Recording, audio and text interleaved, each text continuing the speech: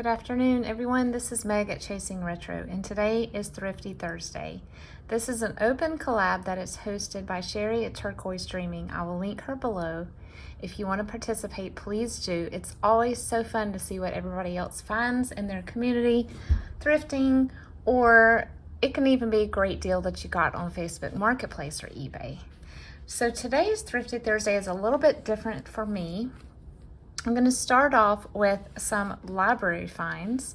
These are not library bookstore. These are actually checked out from the library.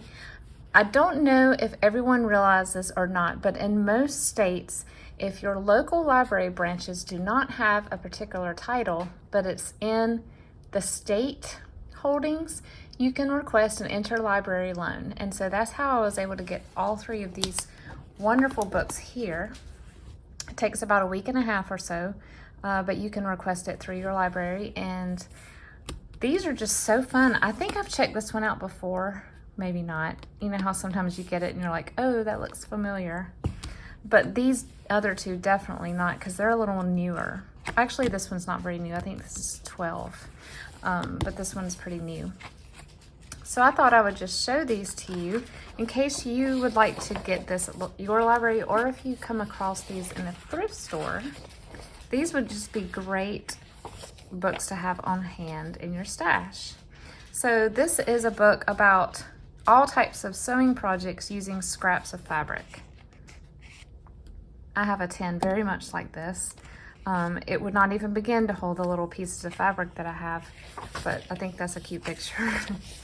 And so, like, here is a fruit applique tablecloth. So a lot of these projects are not only easy, they have this vintage flair to them.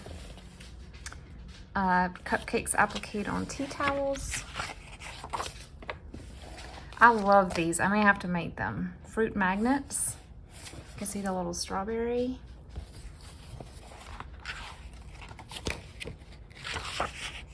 Foodie bags, like a little drawstring bag for a snack. Of course, there's a patchwork pillow. This is cute, a hanging organizer.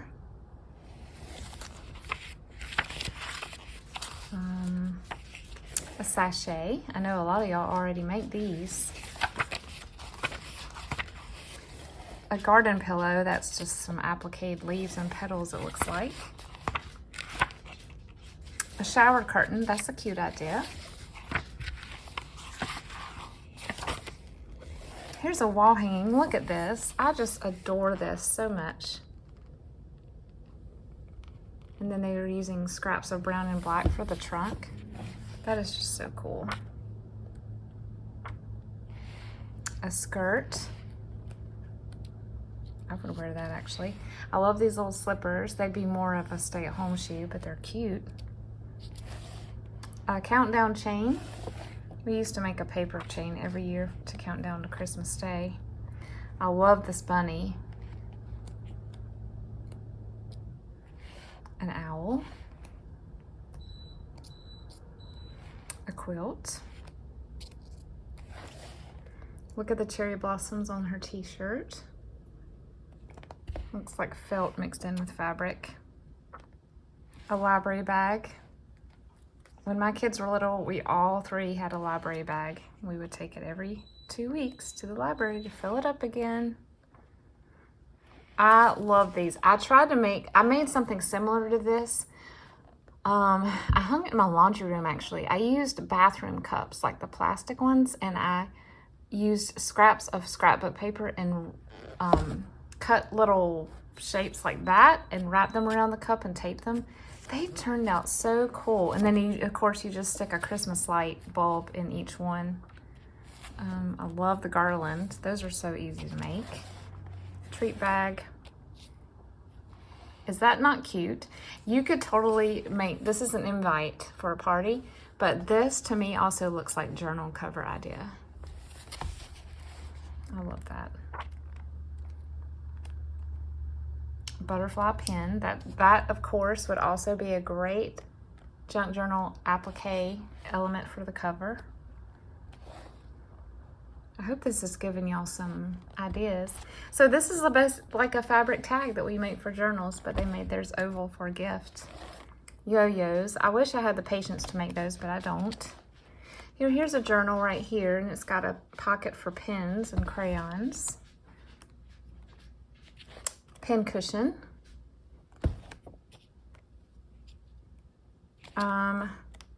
Edge trim. So, you know, we use this to edge. This is for a quilt, but you can use it to edge a page of a journal.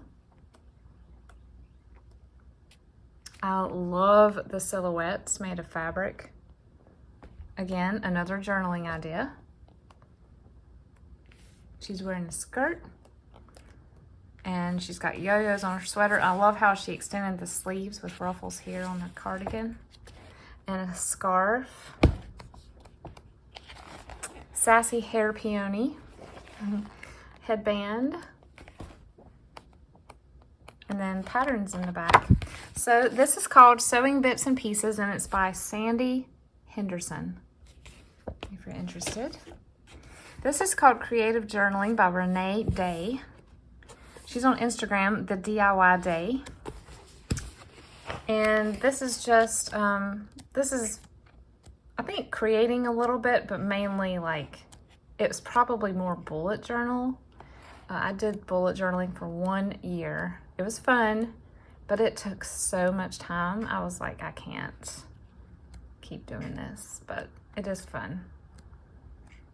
I went into the rabbit hole of looking at all the bullet journaling Pinterest boards. Okay, this is mainly bullet journaling in the front. Let's get to some other stuff. Wait, was that fabric? Oh, it's washi, but you could do the same thing with fabrics, like sort of like a swatch. That would be kind of cool to put in your journal. Here is a decoupaged word search cover. Here's how to take a book apart. We know how to do that, don't we? Here's how to make the signature. Here's how to do the 3-hole pamphlet stitch. A stapled signature.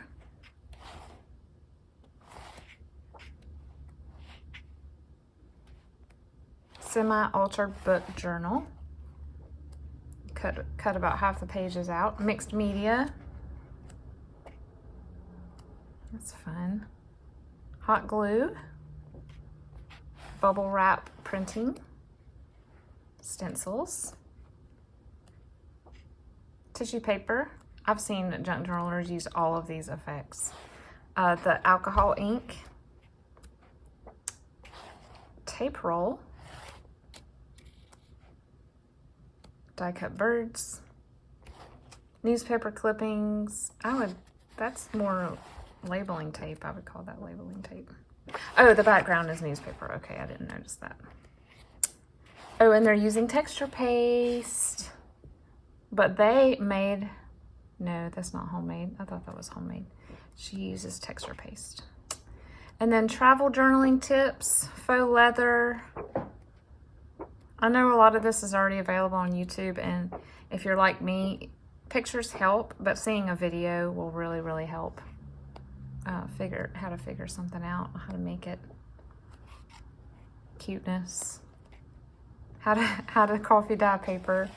Stained paper, towel paper, that's fun. Shaving cream paper. Nick the Booksmith does that beautifully. Okay, and the last book is Fat Quarter Vintage. I think I told you the author of that one. Fat Quarter Vintage is made by Susie Johns. And I think this is a new book. Looks like it's UK. 2019, I call that new. Look at that adorable baby and quilt. Oh man, just the fabric images in here. Okay, general techniques of stitches, and then, oh look, it goes by decade, y'all. It's like a dresser scarf, needle case, pin cushion. So they filled theirs with crushed walnut shells, a tray cloth. That's what I guess it's not a dress or scarf. Embroidered cushion, pajama case, a pajama. See, they made me say it like I don't say it because it's spelled weird. I say pajama. 1940s. Flower pen. I love that too. This is gorgeous. I wish I had that fabric. Coat hanger cover. Oh, it's like it's made out of an old tablecloth. I love the sun rays coming in on these pictures. That's just elegant. Clothespin bag. They call it a peg bag, but we call it clothespin bags. I have one. I got it off Etsy. That might have been the very first thing I bought off of Etsy, and it was like in 2007 or 8. I bought a clothespin bag that someone had made. A patchwork cot quilt. I'm assuming that means crib. 1950s. Look at that apron. Table runner. Tea cozy. We don't really use these in America, but they're cute. Apron. Spectacle case. Now, my grandpa called his reading glasses specs. Hot water bottle cover. 60s. That's fun. Looks like Marimekko. Cute little bib. A dress. Okay, my daughter used to wear dresses like these. We called them pillowcase dresses. And again, I used to order them off of Etsy. I probably could have made it. I just didn't want to take the time to do it. Notebook cover. Well, that's cute. Memo board. 70s. Drought excluder. That's funny. We call it draft blocker or something like that. That's cute. It's like a little Datsun. Owl mobile.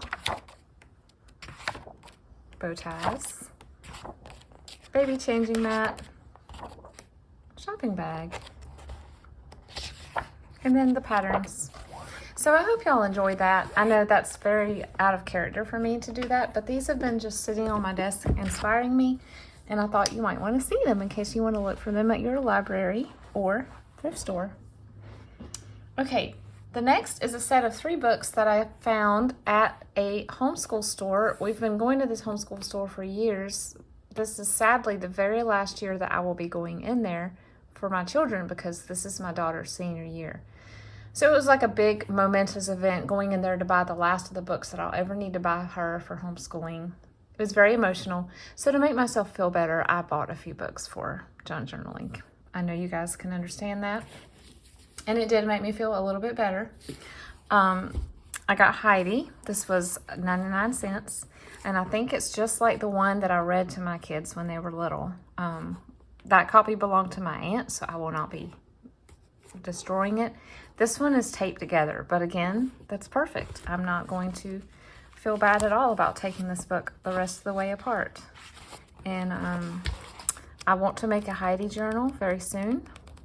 I think I now have 3 or 4 Heidi books, so it will be a set of journals, I guess. I found a reader. I have seen this one before, but never at a good price. This was $1.99. Open windows, and I just love the cover. I don't want to do anything to change it. Silver State Baptist School. These are, I think, yeah, these are McGuffey. So these are based on the really old McGuffey readers. And this is copyright 1961. And again, I got it for the cover, but the illustrations, of course, are extremely charming. And I love how soft the colors are in this one too. The pictures almost look wispy, and I love that. So excited about this one. Also, I like how the story titles are they look to be all different fonts. Yeah, that's neat.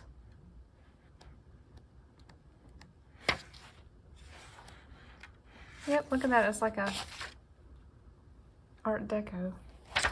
So that's open windows. And the last one from this store is one that I see people all the time find and I've never found. The bookshelf for boys and girls. And this is the fun things to make and do. Inside bonus is a little Sunday school quarterly from the Southern Baptist Convention. And it is exactly like the ones that I had when I was really little. I remember that font. They didn't change that until the early 80s, I think. I love bonus ephemera, don't y'all? This did not have a price, so he let me have it for $3.99, which I thought was really good. I think the book will make a beautiful journal as well. And this is, look at this, already ready for journaling. It's just asking to be redone. And then this, of course, I love the end pages of this. This one is 1955, but the pictures are obviously taken from much older editions. The paper is shiny, but I think it will hold up well to folding. Let me show you some of the pictures. See, somebody colored some of the pictures. You can kind of see this is much older than the 50s. And at some point, I know this series, because I have some of the other books in the series, they really did scrap all of these really old images and start over. And I don't like them as much. So I'm really glad that I was able to get one of the books with the original, you know, the 1920s and 30s looking drawings in it. And this book just looks fun. Like, it makes me just want to sit down and do some of these puzzles. Look at that lady. Yeah, that's definitely like late 1930s.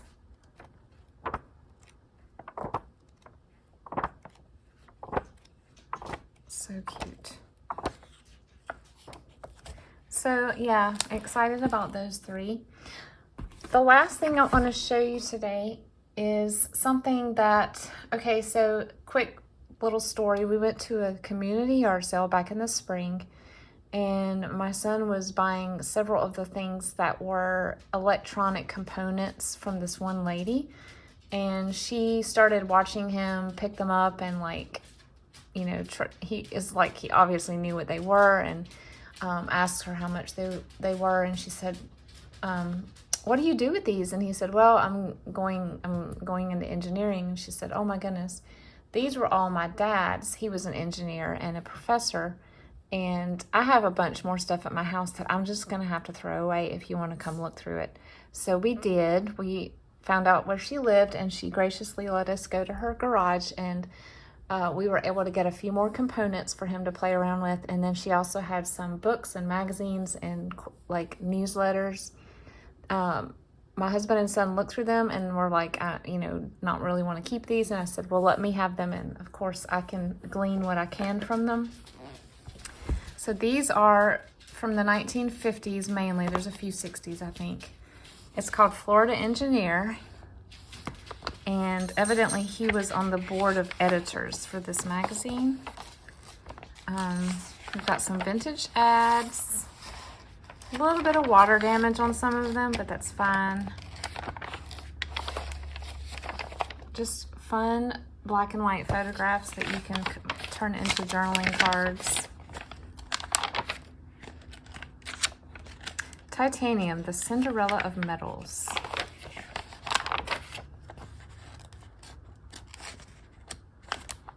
These pages right here are stuck together, so I may not be able to get these apart. Ugh. Yikes. Okay, so there's some Kodak photography stuff. They're very musty smelling, but that's fine. I think, like I said, I think they were in her garage for years. Here's rockets. Oh no. I may have to use my heat gun to get some of these pages apart.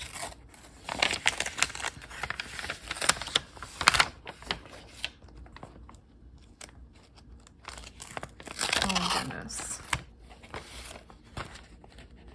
Well, you know, they were free, so they were rescued from the trash, which makes me happy. So we have March 52, January, oh, this is the same one that I have over here. Yeah, just, even the covers are fun.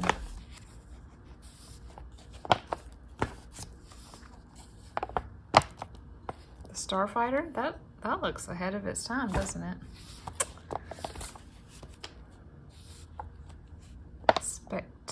Spectroscopy. And then this was the one thing that was different. It says Measurements, Equipment, and Technique by General Electric. And this is a letter for 1945.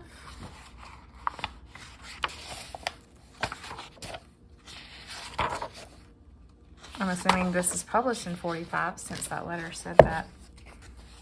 And yeah, just, there's a little post-it note if you wanted to remember something.